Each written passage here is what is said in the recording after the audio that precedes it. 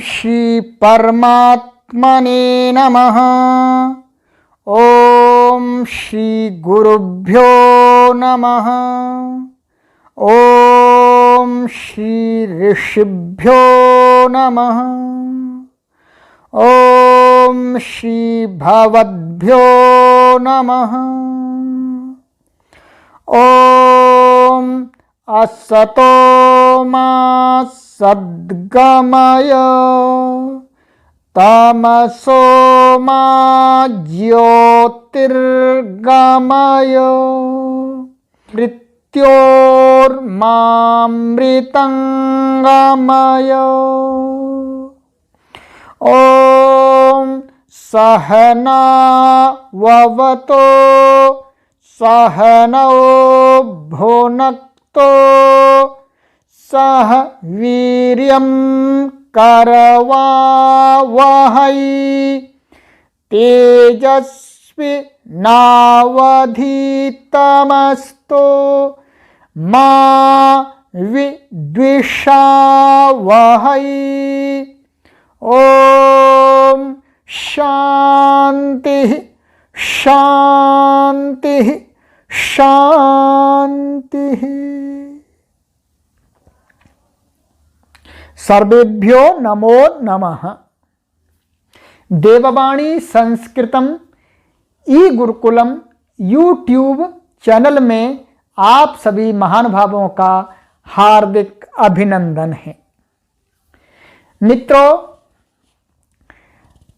आज से हम संस्कृत भाषा शिक्षण जो कार्यक्रम चल रहा है उस पाठ्यक्रम की द्वितीय पुस्तक को पढ़ने जा रहे हैं। इससे पूर्व हमने इस पाठ्यक्रम की प्रथम पुस्तक जो प्रारंभिक रचनानुवाद कौमुदी नामक पुस्तक थी उसको पढ़ लिया पूरा। इसके सभी अभ्यासों को आपने पढ़ लिया। अब आप बहुत कुछ संस्कृत जान गए हैं। अब इस पुस्तक का इससे आगे के द्वितीय भाग को हम पढ़ना आरंभ करेंगे। तो वह द्वितीय भाग है यह रचनानुवाद कौमुदी। इन दोनों पुस्तकों के लेखक डॉक्टर कपिल देव द्विवेदी जी महाराज हैं। इसका एक तीसरा भाग ये और है, प्रौढ़ रचनानुवाद कौमुदी। ये 3 भागों को हमको पढ़ना है और तीनों भागों के पढ़ने के बाद आप संस्कृत के पंडित बन जाएंगे। बस इतना काफी है। आप शुद्ध संस्कृत को लिखना, किसी भी प्रकार की सामग्री को लिखना और शुद्ध संस्कृत को बोलना, अशुद्ध नहीं, शुद्ध व्याकरण के नियमों के साथ संस्कृत को बोलना और संस्कृत की कोई भी पुस्तक को पढ़ करके स्वमेधा से समझना, स्वबुद्धि से उसका अवबोध कर लेना। ये 3 स्किल्स आपके अंदर क्रिएट हो जाएंगे। तो ये 3 पुस्तकें हैं और पढ़ने के लिए पुस्तक का होना परम आवश्यक है। पुस्तक होना परम आवश्यक है। हम गुरुजी के पाठशाला में पढ़ने जाते हैं तो पुस्तकों को साथ ले जाते हैं अपने बैग में रख करके। बिना पुस्तक के जाएंगे तो गुरुजी की बात हमें समझ में ठीक से नहीं आती है। तो इस ये 3 पुस्तकें हैं, आप देख पा रहे होंगे। तो इन पुस्तकों को आप यदि मंगाना चाहते हैं, अधिक मूल्य नहीं है, बहुत ही ज्ञानवर्धक पुस्तकें, संस्कृत भाषा का पंडित बनाने वाली पुस्तकें हैं। तो आप मंगाना चाहें तो इस व्हाट्सएप नंबर और कॉलिंग नंबर पर संपर्क करके देववाणी संस्कृतम कार्यालय से आप इन पुस्तकों को प्राप्त कर सकते हैं आसानी से, अपने घर पर ही बैठे बैठे न्यूनतम मूल्य पर। बस इतना ही मैं कहूंगा आपसे। आपको कहीं नहीं जाना, आपके घर पर ही आपको पुस्तक उपलब्ध हो जाएगी तो आपको कक्षाओं को पढ़ने में सुविधा होगी और आप ठीक प्रकार से समझ पाएंगे। तो मित्रों, अब हम इस पुस्तक का आरंभ करने जा रहे हैं। जो आज का यह प्रथम पाठ है, ये प्रथम पाठ है। तो प्रथम पाठ में हम भूमिका के रूप में ही कुछ पढ़ेंगे कि हमको इसमें पढ़ना क्या है और इससे पढ़कर के हम सीखेंगे क्या और किस प्रकार से इसको पढ़ना है, और यदि हम अध्यापक हैं तो किस प्रकार से इसको पढ़ाना है, यह भी सिखाना है। और ये पुस्तक ही क्यों पढ़ानी है, दूसरी पुस्तक क्यों नहीं पढ़ानी, यह भी इसमें सब बताया जाएगा। तो अब हम इस पर आते हैं। इस पुस्तक के लेखक मैंने आपको बता दिया, डॉक्टर कपिल देव द्विवेदी जी, जो संस्कृत के महापंडित थे, जिन्होंने कई भाषाओं का अध्ययन किया है, बहुत सारी पुस्तकें लिखी हैं, बहुत ही अच्छी पुस्तकें जिनको बेस्ट बुक्स कह सकते हैं। तो संस्कृत सीखने के लिए अब हम इसका आरंभ करेंगे। अब हम इसकी जो भूमिका है, इसमें जो शुरू में लिखता है लेखक, कुछ निर्देश देता है, कुछ अपनी सम्मति प्रदान करता है, उसको भी आप को थोड़ा सा बताएंगे और फिर शेष आप पुस्तक में स्वयं पढ़िएगा। दूसरा, हम इस पुस्तक को पढ़ेंगे। इस पुस्तक में हमको 3 कार्य करने हैं। क्या करने हैं? 3 कार्य। एक बार पढ़ेंगे, हम पढ़ाएंगे आपको, आप पढ़ेंगे, फिर उसके बाद में लेखन का अभ्यास करना है, साथ ही साथ करना है। किसका? लेखन का। और लेखन के अभ्यास के बाद फिर संभाषण का अभ्यास भी कराना है। संभाषण का साथ साथ ये प्रोसीजर चलेगा, ये प्रक्रिया साथ साथ चलेगी। माने इस पुस्तक के पहले अभ्यास को पढ़ने के समय ही आप लिखना और संभाषण करना सीखना आरंभ करेंगे। राइट। अब आइएगा, अब हम इनका थोड़ा सा देखते हैं। ये आत्मनिवेदन है, आप देखते जाइएगा। यहां मैं कुछ आपको बताता हूं, पर मुख्यतः वस्तुतः आपको पुस्तक में ही देख करके पढ़ करके समझ में आएगी। मैं सब पढ़ करके नहीं सुनाऊंगा, नहीं तो कई वीडियो इसी की बन जाएंगी। तो ये आत्मनिवेदन लेखक जी का है, और पुस्तक का लेखन का क्या उद्देश्य है तो उन्होंने इसमें बता दिया है सारा, कि संस्कृत भाषा को सरल और सुबोध और सर्वप्रिय बनाना। इस पुस्तक का उद्देश्य क्या है कि सरल और सुबोध माने सरलता से समझ में आ जाए चीजें, और सर्वप्रिय माने सब लोग सीखने लगे, संस्कृत के प्रति आकर्षण बढ़े लोगों का। इस प्रकार की सामग्री को यहां पर कलेक्ट किया गया है, रखा गया है। और ये आगे कहते हैं, ये इनका बहुत सारा इनका आत्मनिवेदन है, इसमें इन्होंने बताया, आप पुस्तक में देख करके पढ़िएगा। अब पुस्तक की विशेषताएं, मैं 1-2 विशेषताएं आपको बता देता हूं, बहुत सारी विशेषताएं हैं, उनको आप पुस्तक में पढ़िएगा। ये कहते हैं कि नंबर 1 इस पुस्तक की विशेषता देखिएगा, ध्यान दीजिएगा, इंग्लिश, जर्मन, फ्रेंच और रूसी भाषाओं में अपनाई गई नवीनतम वैज्ञानिक पद्धति इस पुस्तक में अपनाई गई है।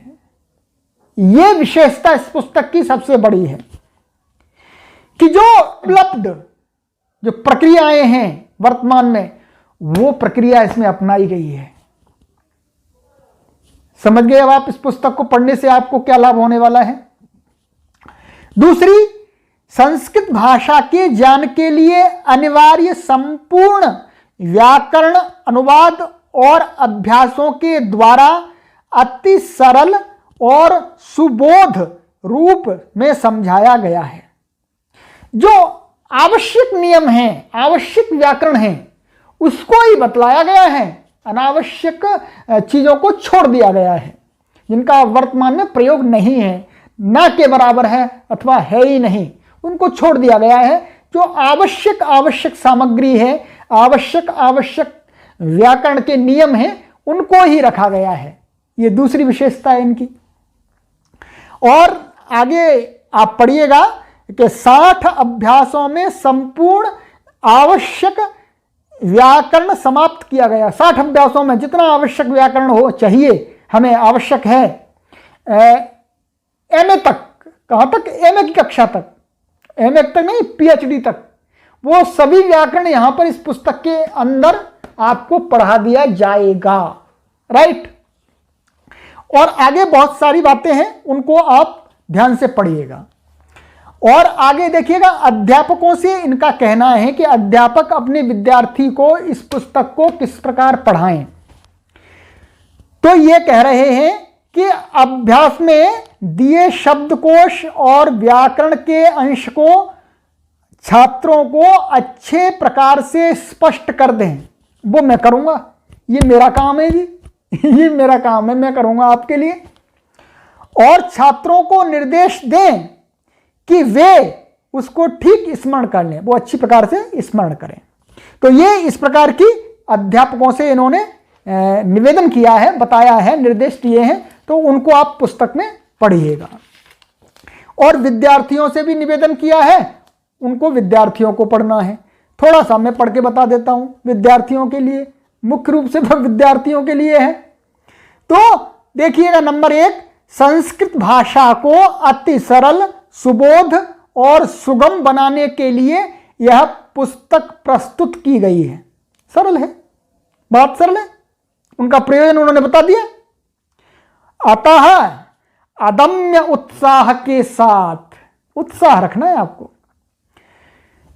पुस्तक के पठन में प्रवृत्त हो, पुस्तक के पढ़ने में प्रवृत्त हो। ऐसे निरुत्साही होकर के नहीं, उत्साह नहीं, पढ़ना है जी, संस्कृत सीखना है, संस्कृत का प्रचार करना है, दुनिया में संस्कृत भाषा को जन जन की भाषा बना देना है। इस अदम्य उत्साह के साथ हम भी कार्य कर रहे हैं, अदम्य उत्साह के साथ। और कहते हैं, प्रत्येक भाषा में शुद्ध बोलना या लिखना निरंतर अभ्यास के बाद ही आता है जी। एक दिन में नहीं आता कि आप एक दिन में एक पाठ पढ़ लीजिए और कहें लाओ हम लैंग्वेज के मास्टर बन जाएं, ऐसा नहीं होता। निरंतर दीर्घ काल के अभ्यास से होता है, ये आप भी जानते हैं। और आगे देखिएगा, मातृभाषा हिंदी में शुद्ध बोलना या लिखना वर्षों के अनंतर अभ्यास के बाद ही आता है। ये हमारी मातृभाषा जो भी है, हिंदी भाषियों के लिए हिंदी, बंगाली के लिए बंगाली, तमिल के लिए तमिल, कन्नड़ के लिए कन्नड़ है, और तेलुगु आदि, मलयालम आदि, तो वो एक दिन में नहीं आती जी। जन्म से लेकर के सुनते हैं कर्णों से, फिर स्कूल में जाते हैं, कॉलेज में जाते हैं, यूनिवर्सिटीज में जाते हैं, तब भी हम अपनी मातृभाषा को शुद्ध बोलने नहीं सीख पाते, बहुत कठिनाई होती है। कई बार हमको पूछा जाए कि इसका रूल क्या है, हम बोलते रहते हैं अपनी मातृभाषा, परंतु हमको उसके नियम कानून नहीं मालूम होते हैं। तो इसलिए भाषा निरंतर दीर्घ काल के अभ्यास से आती है। हम आपको सीढ़ी दे रहे हैं, सीढ़ी दे रहे हैं हम आपको, भाई चढ़ो चढ़ो, भाई चढ़ना आपको है। छत पर चढ़ करके फिर बहुत अच्छे अच्छे नज़ारे देखने। जितनी ऊंचाई पे जो व्यक्ति चढ़ जाता है उसको उतना ही प्रकृति का सुंदर दृश्य दृष्टिगोचर होता है। आप हिमालय की चोटी पर जाएंगे तो बहुत सुंदर सुंदर आपको दृश्य दिखेंगे दिखेंगे, और आप नीचे जाएंगे उतना ही आपको अंधकार दिखेगा, अंधकार। इसलिए हम आपको धीरे धीरे धीरे ऊपर ले जा रहे हैं, फिर आपको दिखेगा अरे संस्कृत में हमारे ऋषियों ने इतनी गूढ़ बातें बताई हैं, इतनी गूढ़, इतने रहस्यमयी बातें। तो आपको हमको हिमालय की चोटी पर चढ़ाना है, राइट। अब देखिएगा आगे, यह स्मरण रखें कि बिना अभ्यास के कोई विद्या नहीं आती। अनभ्यासात गता विद्या, अभ्यासात आगता विद्या। भाई अनभ्यास से, विदाउट प्रैक्टिस नॉलेज चली जाती है, दूर चली जाती है, गोज फॉर अवे। और जब अभ्यास करते हैं, प्रैक्टिस करते हैं, तो ज्ञान आ जाता है पास में, हम ज्ञानी बन जाते हैं। तो ये इन्होंने कहा, और भी आगे इसमें निर्देश दिए हैं, आप स्वयं पढ़िएगा। अब आवश्यक निर्देश, इस पुस्तक में आवश्यक निर्देश ये पढ़ना बहुत ही आवश्यक है। आप देखते जाइएगा, इसको मैं पढ़ाता हूं कि इस पुस्तक में जो भी सामग्री रखी गई है उसके लिए कुछ शॉर्टकट निर्देश दिए जाते हैं। शुरू में हर पुस्तकों में लेखक लिखते हैं कि ये कोड है, इसका पूरा अर्थ ये समझना चाहिए आगे, राइट। तो उसी को देखिएगा। नंबर 1, संस्कृत शब्द का अर्थ है शुद्ध, परिमार्जित, परिष्कृत, राइट। संस्कृत शब्द, जो संस्कृत शब्द है उसका मीनिंग क्या है? शुद्ध, एकदम पवित्र। परिमार्जित माने सब तरफ से साफ, और परिष्कृत, परिष्कृत माने उसमें कोई दोष नहीं है, उसमें कोई फॉल्ट नहीं है। अतः संस्कृत भाषा का अर्थ है शुद्ध एवं परिमार्जित भाषा, राइट। अब आप संस्कृत भाषा को पढ़ रहे हैं तो आपको समझ जाना चाहिए कि हम कौन सी भाषा को पढ़ रहे हैं? शुद्ध एवं परिमार्जित भाषा को, अर्थात जिसमें दोष नहीं है, कमी नहीं है, जो परिपूर्ण है ही परिपूर्ण। हम आपको बताएंगे आगे। नंबर 2 देखिएगा आप। संस्कृत में 3 वचन होते हैं। वचन मीन्स नंबर्स, माने there are 3 numbers in Sanskrit language. 3 वचन होते हैं, और दूसरी भाषाओं में 2 वचन होते हैं, सिंगुलर और प्लूरल, पर संस्कृत में 3 होते हैं। देखिएगा, एक वचन सिंगुलर, आप जानते हैं, एक किसी को कहना है तो एक वचन होता है, और द्विवचन तो इसको ड्युअल माने 2 को कहने के लिए द्विवचन होता है, और बहुवचन 2 से अधिक को कहने के लिए किस वचन का प्रयोग होता है? बहुवचन, प्लूरल, ये आप जानते हैं। इसमें द्विवचन विशेष है। अब देखिएगा, 3 पुरुष होते हैं। कितने होते हैं? 3 पुरुष। पुरुष मीन्स पर्सन। तो वो हर लैंग्वेज में है, और क्योंकि वो व्यवहार में प्रयोग होते हैं इसलिए संस्कृत में है। संस्कृत में है इसलिए वहां है इसलिए संस्कृत में नहीं है, क्योंकि संस्कृत सबसे आदि भाषा है, तो ये संस्कृत से ही आए हैं। ये कहना चाहिए हमें। क्या कहना चाहिए? कि संस्कृत भाषा से ही अन्य भाषाओं में भी पर्सन्स आए हैं। अब देखिएगा, नंबर 1, प्रथम या अन्य पुरुष। प्रथम जिसको हम बोलते हैं इंग्लिश में थर्ड पर्सन। क्या बोलते हैं इंग्लिश में? Third person. एक खासियत है, हम बताएंगे, अभी आप बताएंगे आपको। थर्ड पर्सन मीन्स प्रथम पुरुष, अथवा उसको अन्य पुरुष भी बोलते हैं। प्रथम पुरुष किसको बोलते हैं? इसकी डेफिनेशन भी सरल भाषा में मैं आपको समझा देता हूं। देखिए, मैं किसी से बात कर रहा हूं, मैं किसी से बातचीत कर रहा हूं, और किसी के विषय में बात कर रहा हूं। मैं बात किसी के मैं समझिएगा, मैं आपसे बात कर रहा हूं, मैं आपको पढ़ा रहा हूं, और किसी के विषय में पढ़ा रहा हूं। तो 3 चीज हुई। मैं पढ़ाने वाला हो गया, आपको पढ़ा रहा हूं, आप हो गए, और किसी के विषय में पढ़ाया जा रहा है, कोई बात बताई जा रही है, 3 हो गए। तो मैं और आप माने यू, इनको छोड़ दीजिएगा। माने मैं और आप जिसके विषय में बात करते हैं वह क्या है? प्रथम पुरुष, थर्ड पर्सन, राइट। उसी को अन्य पुरुष भी कहते हैं।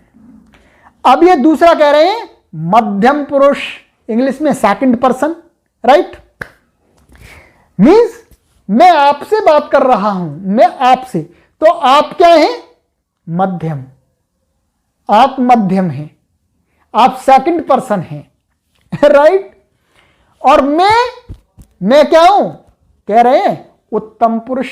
जो तीसरा है वो उत्तम पुरुष। उत्तम पुरुष मीन्स फर्स्ट पर्सन। तो फर्स्ट पर्सन, सेकंड पर्सन और थर्ड पर्सन। समझ में आ गया आपको सरल भाषा में, राइट। अब आपको मैं समझाता हूं संस्कृत की विशेषता। इंग्लिश में क्या क्रम है? इंग्लिश में क्रम है first person, second person, third person. Sanskrit में क्या क्रम है? प्रथम पुरुष, मध्यम पुरुष, उत्तम पुरुष, राइट। उल्टा है। उल्टा माने संस्कृत का जो संस्कृत की जो पद्धति है वो विनम्रता की पद्धति है। वो तीसरे व्यक्ति को पहले सम्मान देता है। क्या है? तीसरे व्यक्ति को। हम आपस में दोनों हैं तो तीसरा व्यक्ति हमारे लिए सम्माननीय है, इसलिए हमने पहले रखा उसको। कहां रखा? पहले। प्रथम पुरुष, जिसको इंग्लिश में आप थर्ड बोल रहे हैं, वो संस्कृत में प्रथम पुरुष है, उसका प्रथम नंबर है। हम उसको देवता मानते हैं, हम उसको देव मानते हैं, श्रेष्ठ मानते हैं। अपने से हम दोनों अपने से उसको श्रेष्ठ मानते हैं, इसलिए उसको पहले रखा। इंग्लिश में उसको सबसे बाद में रखा जी। पहले क्या रखा? फर्स्ट पर्सन, अहम, आई, ईगो। ईगो दिखाया, ईगो है। यदि मैं अपने आप को सबसे पहले प्रेजेंट करता हूं तो ईगो है मेरा, तो इसलिए वो इंग्लिश का ईगो है। समझ लीजिए, आपको ये नई बात बताई है मैंने, ये मेरा चिंतन है अपना।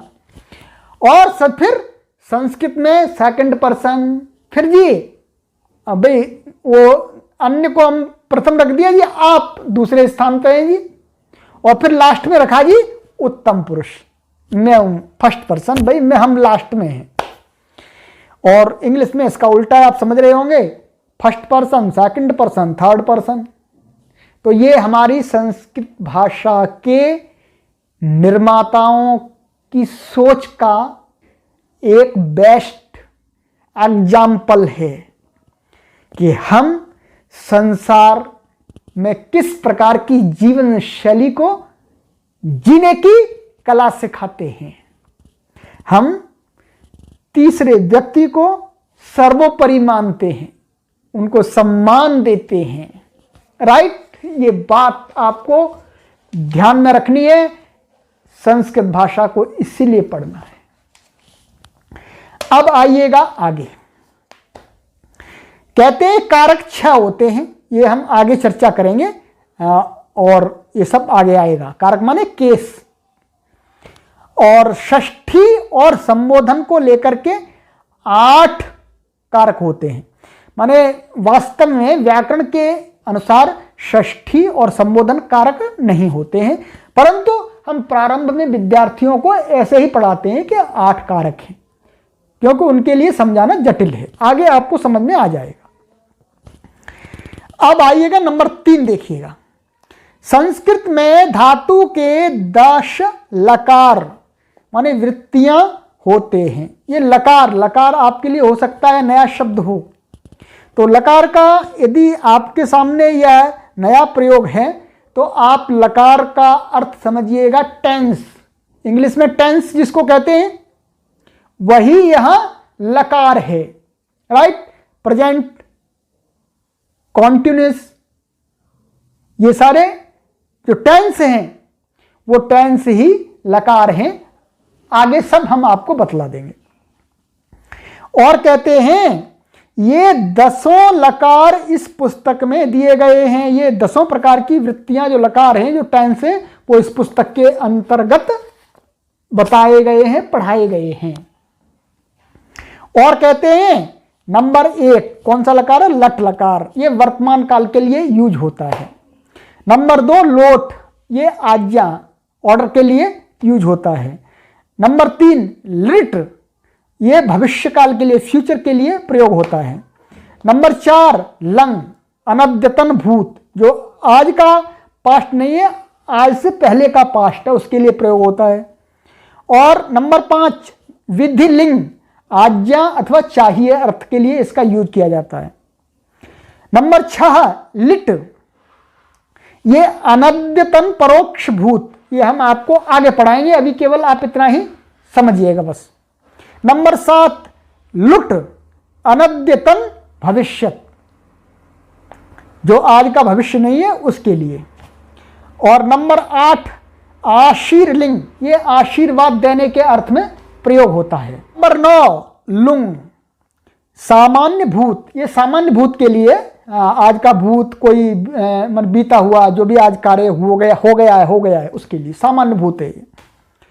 नंबर 10 लिंग, एक लिंग लकार होता है, ये प्रयोग होता है हेतु मद भूत या भविष्यत, ये अभी आपकी समझ में नहीं आएगा, ये आगे अभ्यासों में आपको बिल्कुल स्पष्ट हो जाएगा। राइट, अब आगे चलिएगा। नंबर 4 धातुएं 3 प्रकार की होती हैं। धातुएं मीन्स रूट्स, आप इंग्लिश में जिनको रूट्स बोलते हैं, गो, ईट, सी, वॉच एटसेट्रा, ये क्या है?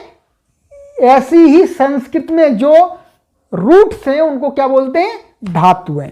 और वो 3 प्रकार की धातुएं, उन सभी धातुओं को लगभग 2000 धातुएं हैं, रूट्स हैं आचार्य पाणिनि जी के, उनको 3 विभागों में कैटेगराइज किया गया है। राइट, देखिएगा। अतः धातुओं के 3 प्रकार से रूप चलते हैं। एक परस्मयी पदी, ये परस्मयी पदी शब्द आपके लिए नया भी हो सकता है परंतु ये आगे समझ में आ जाएगा। और ये कारण जिनके अंत में ती, तह, अंति आदि लगता है, जैसे भवती, भवतः, भवंती, ये आगे समझ में आएगा, ये परस्मय पद होते हैं। दूसरा आत्मनेपदी, ये भी है, तो इसके पीछे जैसे लगता है ते, एते, अंते, जैसे सेवते, सेवेते, सेवंते, इस प्रकार से आगे आपको पढ़ाया जाएगा। और कहते हैं उभयपदी, अर्थात आत्मनेपदी भी परस्मैपदी दोनों में चलते हैं जी, दोनों में ये हाथ मार लेती, ये ऐसी धातुएं हैं भाई, ठीक है जी, जिधर देखा उधर ही चले गए, तो दोनों में इनके रूप चलते हैं, तो इसको ये इनको बोलते हैं उभयपदी।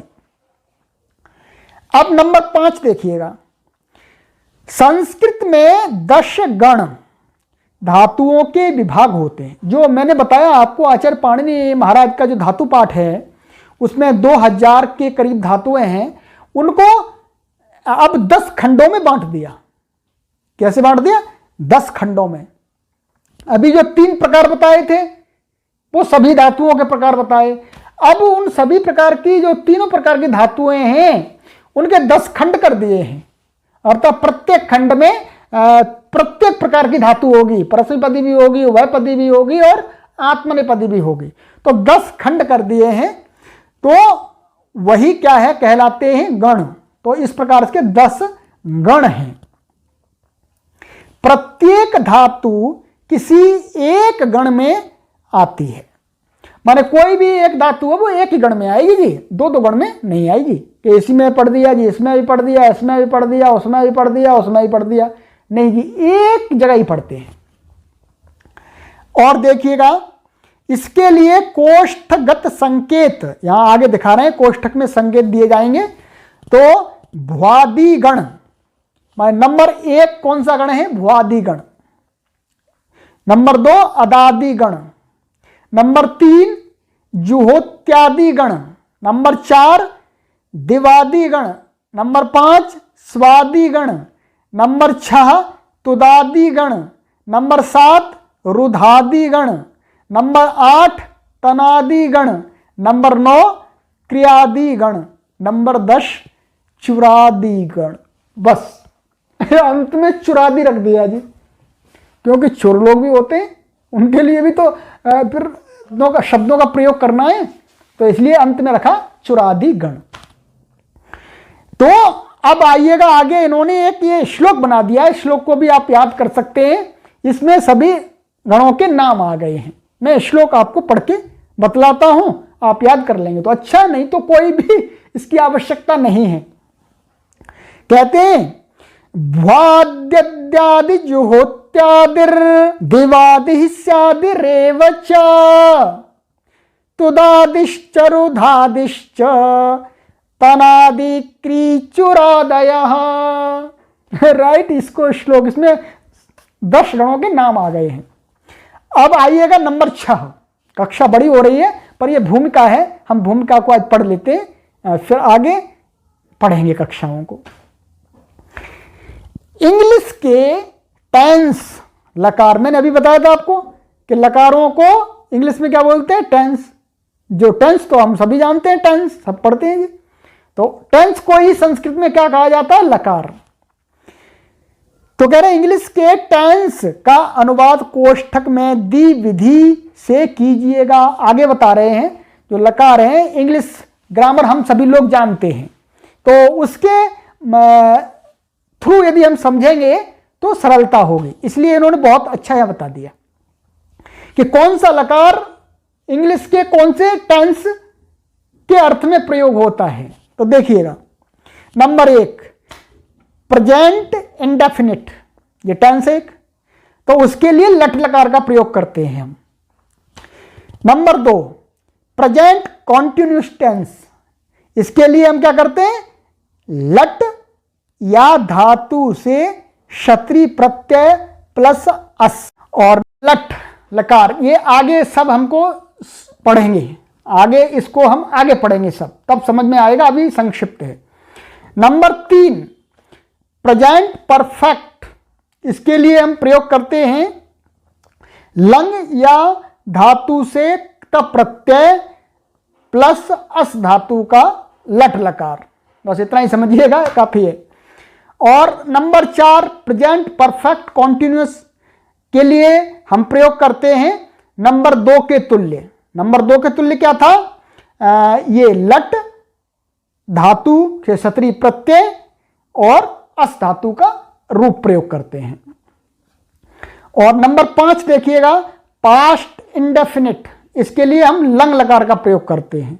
नंबर 6 पास्ट कॉन्टिन्यूस टेंस, तो इसके लिए हम लंग या धातु से क्षत्रि प्रत्यय प्लस अस और लंग लकार का प्रयोग करते हैं।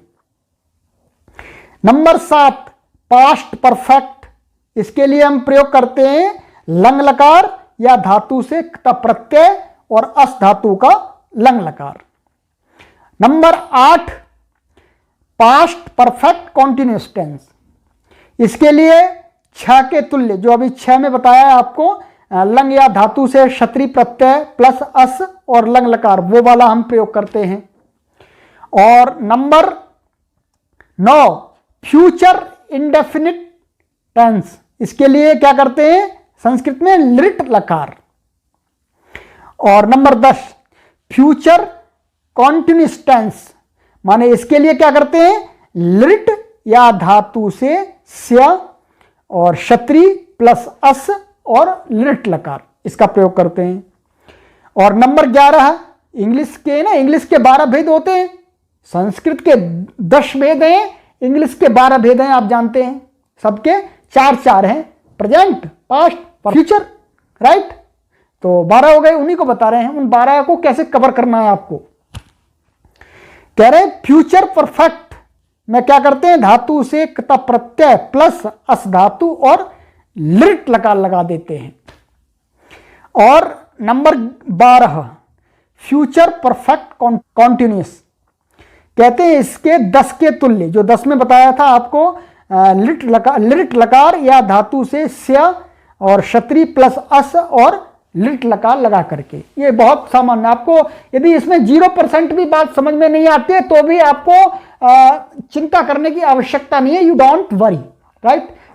अब देखिएगा नंबर 7 प्रत्येक अभ्यास को प्रारंभ करने से पूर्व बाईं ओर, लेफ्ट साइड में ये शब्दकोश और व्याकरण को ठीक स्मरण कर लें। जो भी यहां आगे जैसे ये अभ्यास दिया गया है, ये तो ये जो लेफ्ट साइड में क्या है, शब्दकोश डिक्शनरी है और फिर आगे रूल्स हैं, तो उसके बारे में बता रहे हैं कि उसको आपको अवश्य याद करना है, पहले इतना तो करना पड़ेगा। और कहते हैं उनका ही अभ्यास फिर इस साइड, जो राइट साइड जो मैटर दिया है, ये इसका ही अभ्यास यहां कराया गया है। और कहते हैं जो स्टार चिन्ह वाला, जो स्टार चिन्ह लगाते हैं जिसके सामने, जिस नियम के आगे, तो कह रहे हैं स्टार चिन्ह वाले नियम अत्यावश्यक हैं, उनको तो बहुत ही ध्यान से बार बार आवृत्ति रखनी है आपको, क्योंकि वो लीडर हैं नियमों के, इसलिए क्या है वो लीडर, और लीडर को तो बार बार ध्यान रखना पड़ेगा, नहीं तो लीडर नाराज हो गया तो मुश्किल है। बॉस है एक तरह का ये, हाँ बॉस मानिए। और शब्दकोश में क में सर्वनाम शब्दों का संकेत कर दिया गया है, शेष सभी संज्ञा शब्द हैं। और आगे हम आपको पाठ पढ़ाएंगे, तब आपको सब कुछ समझ में आ जाएगा। अब आपको करना क्या है, इस पुस्तक में यहाँ तक की सभी बातों को जो भी लिखा गया है, मैंने तो संक्षिप्त में बताया है, मैंने तो इसका भी 10% भी नहीं बताया, तो आपको स्वयं एक बार चीज़ों को पढ़ लेना है। कारण बस आपके पास पुस्तक नहीं है, नहीं पढ़ सकते आप, कोई चिंता नहीं। अब हम पुस्तक का पहला अभ्यास आगामी कक्षा से पढ़ना आरंभ करेंगे। आज की यह भूमिका थी, आज का पाठ यह भूमिका के रूप में था। आपको पूरा समझ में आ गया होगा जो भी बतलाया है। अब आपको कुछ रूल याद रखने हैं, रूल याद रखने हैं आपको। क्या रूल याद रखने हैं आपको? सबसे पहले आपको एक चीज को धारण करना है, किसको? धैर्य को, पैसेंस पैसेंस को धारण करना है। ऐसा नहीं आपको यदि माना हमने, ऐसा है नहीं, वैसे बिल्कुल भी नहीं है, फिर भी माना, आपको पहला पाठ समझ में नहीं आया, आपको दूसरा पाठ समझ में नहीं आया, आपको तीसरा भी नहीं आया, चौथा भी नहीं आया, पांचवा भी नहीं आया, आपको चिंता नहीं करनी, आपको छोड़ना नहीं है। बस इतना आप यदि धैर्य रख लेंगे तो मैं आपको गारंटी देता हूं, 100%, 100% गारंटी देता हूं कि आप 6 मंथ्स के अंदर शुद्ध संस्कृत को लिखना और शुद्ध संस्कृत को बोलना और पुस्तक को पढ़ करके समझना सीख जाएंगे। बस ये धैर्य रखना है। दूसरा, आपको परिश्रम करना है। क्या परिश्रम करना है? तीसरा, आप जो कार्य कर रहे हैं उसकी वृद्धि करनी है, वृद्धि करनी है, अर्थात उसके प्रचार और प्रसार में आपको सहयोग करना है, अधिक लोगों तक ले जाना है, अपनी संस्कृत माता को फिर संसार में स्थापित करना है। हमारी माता को लोगों ने मृत घोषित कर दिया है, जो मृत नहीं है, ये ऐसी संस्कृत माता है कि मरे हुओं को भी जीवित करती है। पर कुछ अज्ञानवश, जानकारी न होने के कारण लोगों ने इसको मृत घोषित कर दिया। ये बहुत ही हमारे लिए, आपके लिए दुखद बात है, कष्ट की बात है। इस कष्ट को, इस दुख को हमको हटाना है, संस्कृत भाषा को जन जन की भाषा बनाना है, सबके हृदय में पुनः स्थापित करना है, सबकी बुद्धि में पुनः स्थापित करना है, सबकी जिह्वा से उच्चारण करवाना है देववाणी संस्कृतम का। इतना तो आपका कर्तव्य बनता है। और दूसरा कर्तव्य यह भी बनता है कि संस्कृत भाषा के लिए कार्य कर रहे हैं हम बहुत। कोई भी कार्य करना होता है उसमें आर्थिक सहयोग के बिना नहीं वो खड़ा हो सकता। इस कार्य को हमको इंटरनेशनल बनाना है। क्या बनाना है? इंटरनेशनल। इंटरनेशनल कैसे बनाना है आप समझिएगा। ये कोई मेरा कार्य नहीं है, जितना मेरा है उतना आपका भी है। मैं एक प्लेटफॉर्म क्रिएट कर रहा हूं, किसके लिए? संस्कृत भाषा के लिए। और ये प्लेटफॉर्म ऐसा क्रिएट कर रहा हूं मैं कि इस प्लेटफॉर्म से आउट ऑफ इंडिया भी संस्कृत सिखाई जाएगी। हम वहां के लोगों जो वहां के भाषा के जो एक्सपर्ट्स हैं उनके सहयोग से इस प्लेटफॉर्म से संस्कृत का प्रचार करेंगे। हम उनको आर्थिक सहयोग देंगे, वो प्रचार प्रसार करेंगे, वो वहां लोगों को संस्कृत सिखाने में मदद करेंगे वहां की भाषा के माध्यम से। आप समझ गए होंगे, पृथ्वी की सभी कंट्रीज में हमको ये प्लेटफॉर्म पहुंचाना है, परंतु प्रथम हमारा प्रयास है जहां हम रह रहे हैं, जिस भूमि पर, जिस देश पर हम रह रहे हैं, वहां पर प्लेटफॉर्म अधिक लोगों के पास में पहुंचे। क्योंकि हमारा उद्देश्य क्या है, हमारा लक्ष्य क्या है, हमारा विचार क्या है? हमारा उद्देश्य, हमारा लक्ष्य, हमारा विचार है ऋषियों का आदेश, ऋषियों का वचन। ऋषि लोगों ने हमको क्या कहा? वसुधैव कुटुंबकम। ये संपूर्ण संसार हमारा परिवार है। इसी दृष्टि को मैं अपने मन में इस प्रकार से स्थापित कर लिया हूं कि समस्त संसार के प्राणी मेरे परिवार के लोग हैं और समस्त संसार के प्राणियों के परिवार का मैं एक सदस्य हूं।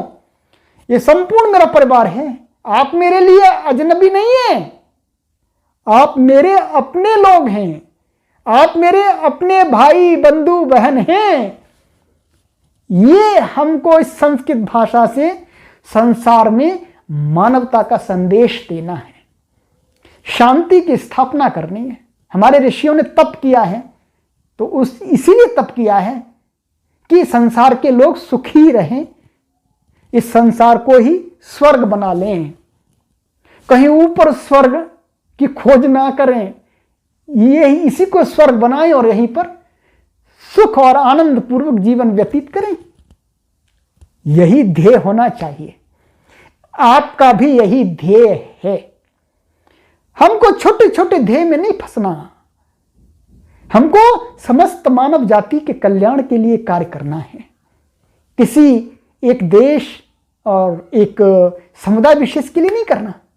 हमारे तो सभी लोग हैं, सभी लोग हैं, सबको समेटना है। ये कहां से सोच पैदा हुई है मेरे अंदर? ये हमारे ऋषियों के द्वारा लिखित ग्रंथों से पैदा हुई है। हमने वहां पर कभी नहीं पढ़ा कि ये ऋषि इस समुदाय के लिए बात कर रहे हैं, इस देश के लिए बात कर रहे हैं। जब भी हमारे ऋषि, हमारे वेद कोई बात करते हैं तो समस्त भूमंडल के लिए बात करते हैं, समस्त मानव जाति के लिए बात करते हैं। उनके लिए कोई काला गोरा और ये रंग भेद और ये सारे छोटे छोटे भेद नहीं है। उनके मस्तिष्क में एक ही सोच है, मनुर्भव, मनुष्य बने हम तो समस्त मानव जाति के कल्याण के लिए हम ये कार्य कर रहे हैं। आप हमारा उद्देश्य समझ गए होंगे। आज का पाठ थोड़ा बड़ा हुआ है, अब आगे हम संस्कृत को लिखना, बोलना का अभ्यास आरंभ कर देंगे। अधिक से अधिक लोगों तक इस विद्या को आप ले जाइएगा, आपसे इतना ही निवेदन है। अब हम आप सभी को प्रणाम करते हुए अपनी वाणी को विराम देते हैं। शीघ्र ही आपसे आगामी पाठ में मिलते हैं। इति ओम शम।